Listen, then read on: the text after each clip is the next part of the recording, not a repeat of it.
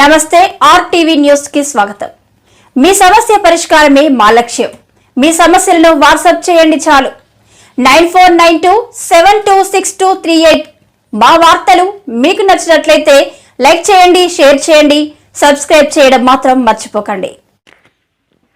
ధర్మాన్ని మనం కాపాడితే అది మనల్ని రక్షిస్తుంది. రామానంద స్వామి, కొయ్యూరు సిఐ శ్రీనివాసరావు, ఆర్ఎస్ఎస్ ప్రాంత ప్రచారక్ వెంకటరమణ.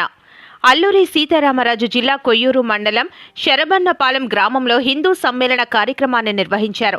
ఈ కార్యక్రమానికి ముఖ్య అతిథులుగా హాజరైన కృష్ణాపురం ఆశ్రమాధిపతి రామానంద స్వామి, కొయ్యూరు సిఐ బి శ్రీనివాసరావు, ప్రధాన వక్త ఆర్ఎస్ఎస్ ప్రాంత ప్రచారక్ వెంకటరమణ మాట్లాడుతూ హిందూ ధర్మం సనాతనమైనదని అన్నారు. చెడు వ్యసనాలకు, చెడు అలవాట్లకు బానిస కాకుండా ప్రతి ఒక్కరూ కల్మషం లేని హృదయాలతో జీవించాలని సూచించారు. ప్రపంచ దేశాల్లో భారతదేశం మహోన్నతమైనదని పేర్కొన్నారు. ఒక్కరినే దేవుడిగా పూజిస్తూ ఆరాధిస్తూ ఒకే గ్రంథం కలిగినది మతమని, కానీ హిందూయిజం అనేది మతం కాదని, ధర్మమని తెలిపారు. 4 వేదాలు, అనేక ఉపనిషత్తులు, ముక్కోటి దేవతలను పూజించేది, ఆరాధించేది భారతదేశంలోని హిందువులేనన్నారు. ఇతరులకు హాని తలపెట్టకుండా చట్టాలను గౌరవిస్తూ నడుచుకోవడమే ధర్మాన్ని పాటించామని తెలిపారు. పర్యావరణ పరిరక్షణకు ప్రతి ఒక్కరూ కృషి చేయాలని, కుటుంబ వ్యవస్థకు విలువలు ఇవ్వాలని సూచించారు. స్వదేశీ వస్తువుల వినియోగం, వాడకం అలవర్చుకోవాలని తెలిపారు. పర్యావరణ హితం కోరుతూ ప్లాస్టిక్ను నియంత్రించాలని పిలుపునిచ్చారు. కార్యక్రమంలో పలు ధార్మిక సంస్థల ప్రతినిధులు, అధిక సంఖ్యలో ప్రజలు పాల్గొన్నారు. ఇవన్నిటిని కూడా పాటించాలి. స్వీయ నియంత్రణ ఉండాలి, క్రమశిక్షణ కలగాలి, సమాజం అభివృద్ధిలో భాగస్వాములు కావాలి.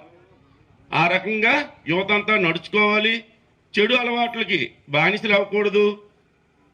చెడు అలవాట్లకి బానిస అవ్వడం మూలంగా ఆ వ్యక్తి తనకు తానుగా ముందు నాశనం అవుతాడు. తద్వారా కుటుంబాన్ని నాశనం చేసేవాడు అవుతాడు.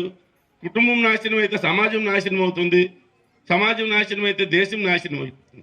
సో అందరు కూడా ధర్మంలో ఉన్నటువంటి అంతర్లీనమైనటువంటి భాగాలన్నింటినీ కూడా ఆకలింపు చేసుకొని మంచి మార్గంలో నడిచి సమాజాన్ని మంచి స్థాయికి వెళ్ళేటట్లుగా మీరందరూ కూడా ఉండాలి. అదే రకంగా ట్రాఫిక్ నియమ నిబంధనలు కూడా అందరూ పాటించాలి. ట్రాఫిక్ నియమ నిబంధనలు పాటించడం అంటే మీకేదో మేము పనిష్మెంట్ వేస్తున్నట్టుగా మీరు భావించకూడదు. అది మీ పట్ల మాకున్నటువంటి బాధ్యత. మీ ప్రాణాల పట్ల పోలీస్ శాఖకు ఉన్నటువంటి బాధ్యత, మీ రక్షణ పట్ల మాకున్నటువంటి బాధ్యతగా మిమ్మల్ని మేము ముందు అవేర్నెస్ అనేది చేయడం జరుగుతుంది. ప్రాణాలు అనేవి చాలా విలువైనవి. దేవుడు దైవం ఇచ్చిన ప్రాణాలు ఇవి. ఈ ప్రాణాలని అందరం కూడా కాపాడుకోవాల్సిన బాధ్యత ప్రతి ఒక్కరికి ఉంది. చేశారు వాళ్ళు. కాబట్టి ఆ మార్గంలో మనం నడిచేటువంటి ప్రయత్నం చేస్తున్నాము. కాలక్రమేణా ఈ దేశం సిరి సంపత్తులతోటి, కనక వజ్ర వైడూర్యాలతో వెలుగొందుతుంది. ఇది చూసి నచ్చనటువంటి కొంతమంది ఈ దేశం మీదకి అనేక రూపాల్లో దండెత్తారు. ఒకటి మొఘలాయల రూపంలో కావచ్చు, 2 తురుస్కుల రూపంలో కావచ్చు. అనేక వేల సంవత్సరాలుగా ఈ భూమి మీద ఉన్నటువంటి హిందుత్వాన్ని, ఇక్కడ ఉన్నటువంటి సంస్కృతిని నాశనం చేయడానికి, ఇబ్బంది పెట్టడానికి ప్రపంచ దేశాల నుంచి అనేక మంది ఈ దేశం మీద దండెత్తారు. అందులో బ్రిటిష్ వాళ్ళు ఉన్నారు, పోర్చుగీస్ వాళ్ళు ఉన్నారు. వాళ్ళకి ముందు అనేక బాబరు, అక్బరు ఇట్లాంటివన్నీ అనేక రకాలుగా ఉన్నారు. ఆ చివర కొద్దిగా ఇబ్బందిగా ఉంది. అక్కడ ఏం జరుగుతుందో ఒకసారి కమిటీ వాళ్ళు గమని. మతం అంటే ప్రపంచంలో ఉన్నటువంటి పెద్ద పెద్ద మేధావులందరూ కలిపి ఒక కమిటీ వేశారు.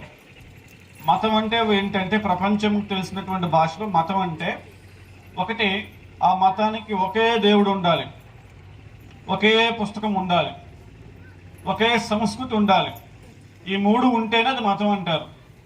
కాబట్టి హిందుత్వానికి దేవుళ్ళు ఎంతమంది ఇప్పుడు చెప్పండి? మనకి ఎన్ని గ్రంథాలు చెప్పండి? రామాయణమా, మహాభారతమా, భగవద్గీత, లలిత సహస్రనామ, విష్ణు సహస్రనామ ఏగెత్తు ఉంది. కాబట్టి ఇది ప్రపంచం అనేకమిది. దీన్ని వర్ణించడానికి ఎవరికి సాధ్యం కాదు. అటువంటి గొప్ప సంస్కృతి మనది.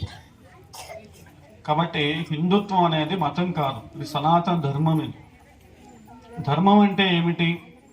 నువ్వు చేయాల్సిన పని సక్రమంగా చేయడమే ధర్మం, అంతే. తప్పు చేయకూడదు, సత్యాన్ని మాట్లాడాలి, అంతే, అదే ధర్మం. భూమి మీద నడిచాడు అని. ఈ దేశంలో ప్రపంచ పటంలో భగవంతుడు ఒక మానవ రూపంలో పుట్టి ధర్మం ఎలా ఉంటుంది, ధర్మం అంటే ఏమిటి చెప్పినటువంటి గడ్డ మంది. మన దేశంతో పాటు ప్రపంచంలో ఇంకో 2-3 ధర్మాలు కూడా ఉన్నాయి. ఒకటి గ్రీకు, ఇంకోటి రోమన్ సామ్రాజ్యం. వాళ్ళు కూడా సూర్య భగవానుణ్ణి, సూర్యుణ్ణి దేవుడిగా పూజించినటువంటి సమాజం వాళ్ళు కూడా. ఇవాళ ప్రపంచ పటంలో మనం గమనిస్తే గ్రీక్ కానీ రోమన్ సామ్రాజ్యం కానీ లేదు. కానీ హిందూ దేశం శాశ్వతంగా బ్రతికి ఉంది. కారణం అనేకం కావచ్చు. కేవలం ఒక జాతి యొక్క దండయాత్ర కారణంగా ప్రపంచ పటం నుంచి గ్రీక్ సామ్రాజ్యం, రోమ్ సామ్రాజ్యం పోయింది. కానీ భారతదేశం హిందుత్వం ఇప్పటికి కూడా శాశ్వతంగా నిలబడి ఉంది. దానికి కారణం ఏంటి? దీనికి కారణం 4 విషయాలు. ఈ దేశంలో ఉన్నటువంటి గురుకుల విద్యా విధానం అంటే చదువు. ఆ రోజుల్లో మన యొక్క తాత ముత్తాతలు మన యొక్క వారసత్వం చదువుకున్నటువంటి చదువు. చిన్న ఇక్కడ భక్తి ఛానల్ ఎంతో మంది పురాణాలు ఇవన్నీ కూడా ఉన్నాయి. యూట్యూబ్లో కొడితే మీకు అనేక విషయాలు మీకు తెలుస్తాయి. కానీ మనం అటువంటి మంచి విషయాలు మానేసి చెడు విషయాలు చూడటం వలన మన సంతతి కూడా చెడు భావాలతో ఉంటూ ఈ రోజున అనేక మంది అనేక ఇబ్బందులు ఉంటున్నారు.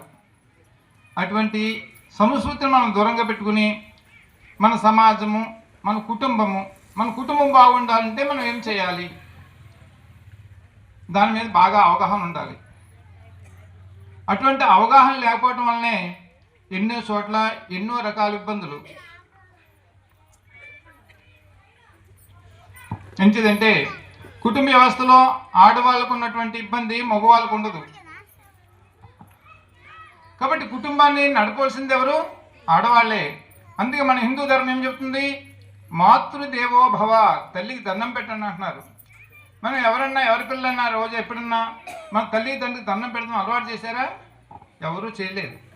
వాళ్ళకి తెలియదు. ఏం చేద్దాం? మన సంస్కృతిని మనమే పాడు చేసుకుంటున్నాం, ఎవరు పాడు చేయట్లేదు. ఏం చేద్దాం? మనము చెడిపో సీరియల్స్ చూడటం వలన, చెడు సినిమాలు రావటం వలన మనకి యాంత్రికంగా